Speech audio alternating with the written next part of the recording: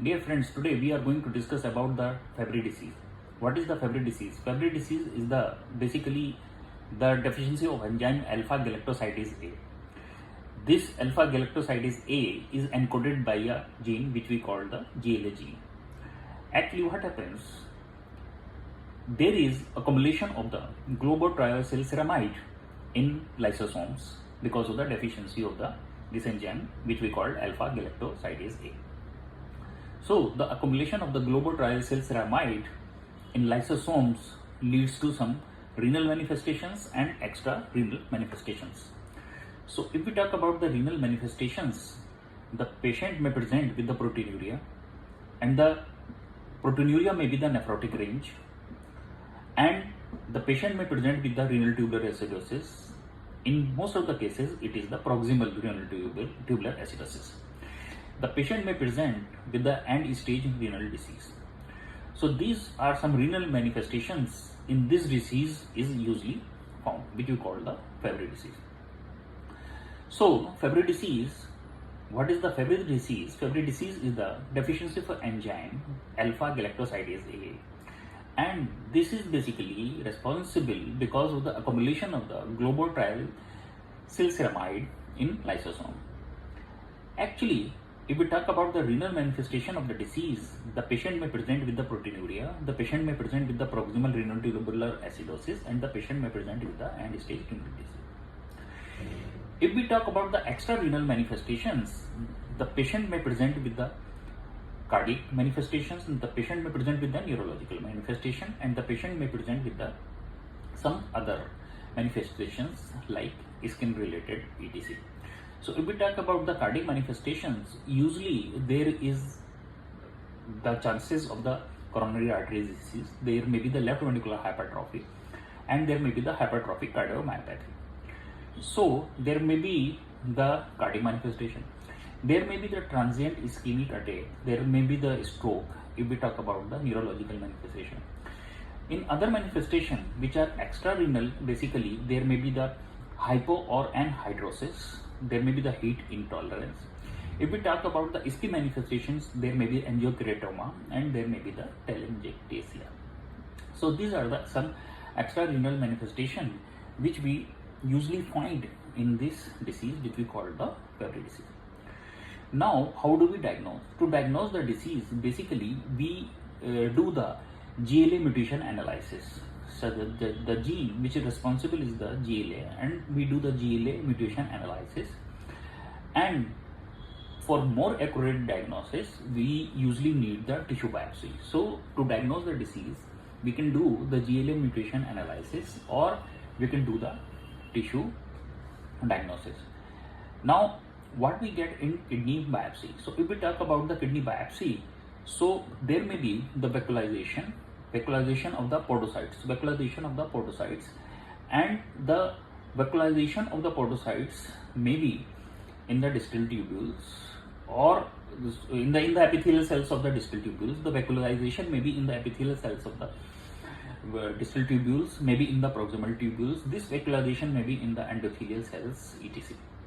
And there may be the glomerulosclerosis. So when we see the light microscopy, what we find usually the vacuolization of the podocytes may be the vacuolization in the epithelial cells of the distal tubules, maybe the epithelial cells of the proximal tubules in endothelial cells, and there may be the glomerulosclerosis in light microscopy.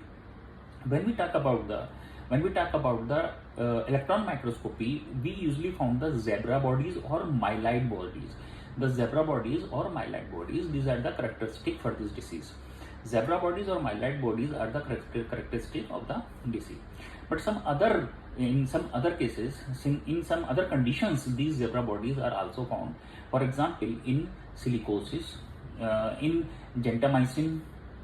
If there is a gentamicin use, we can find, or gentamicin related injury, we can find the zebra bodies. We can find the zebra bodies in amiodarone toxicity, and we can find the zebra bodies in SCQS. So if we see the electron microscopy, we usually find the myeloid bodies or zebra bodies. So this is about the kidney biopsy findings. So if we talk about the treatment, so we are supposed to give the recombinant alpha galactosidase A. Alpha galactosidase A basically is a agalsidase beta or agalsidase alpha, and the dose of the agalsidase alpha or beta is usually a 0.2 milligram per kilogram body weight, and we give it with the difference of 2 weeks. So this is the treatment. Maximum impact of this treatment comes if the GFR is more than 50.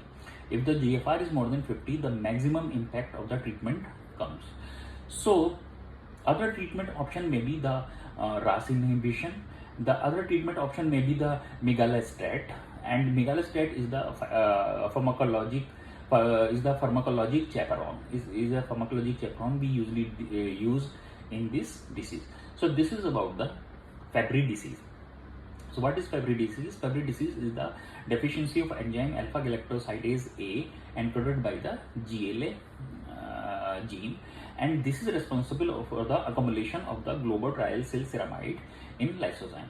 If we talk about the renal manifestation, the renal manifestation may be the nephrotic range proteinuria, there may be the end-stage renal disease, there may be the proximal renal tubular acidosis. If we talk about the extrarenal manifestation, in extrarenal manifestation, basically there may be the cardiovascular, there the patient may present with the coronary artery disease, the patient may present with the left ventricular hypertrophy, cardiac, maybe hypertrophic cardiomyopathy will be there. If we talk about the neurological manifestation, there may be the transient ischemic attack, there may be the stroke. If we talk about the ischemic manifestation, so there may be the angiokeratoma and telangiectasia. Now diagnosis. Basically, we diagnose the disease by the GLA mutation analysis, or we can do the tissue diagnosis. If we talk about the biopsy, we find the in light microscopy, usually we find the vacuolization of the podocytes, and basically we can also find the vacuolization in proximal tubule and distal tubule. We can also find the vacuolization in the endothelial cells, and in light microscopy we can find the glomerulosclerosis. Other causes, basically in electron microscopy, what we see are the zebra bodies. The zebra bodies also can be found in the if there is a toxicity of the gentamicin, amiodarone, hydrochloroquine, or if there is the silicosis. So we can find in electron microscopy the zebra bodies. Now what is the treatment? If we talk about the treatment, basically we give the recombinant alpha galactosidase A, and basically these are the agalsidase beta and agalsidase beta and agalsidase alpha. The dose is the 0.2 milligram per kilogram body weight for 2 weeks, with the difference of the 2 weeks, means 2 doses with the difference of 2 weeks, and the maximum effect comes if the GFR is more than 50. Other treatment option may be the RAS inhibition, and we can also give the migalastat. Migalastat is the pharmacological chaperone.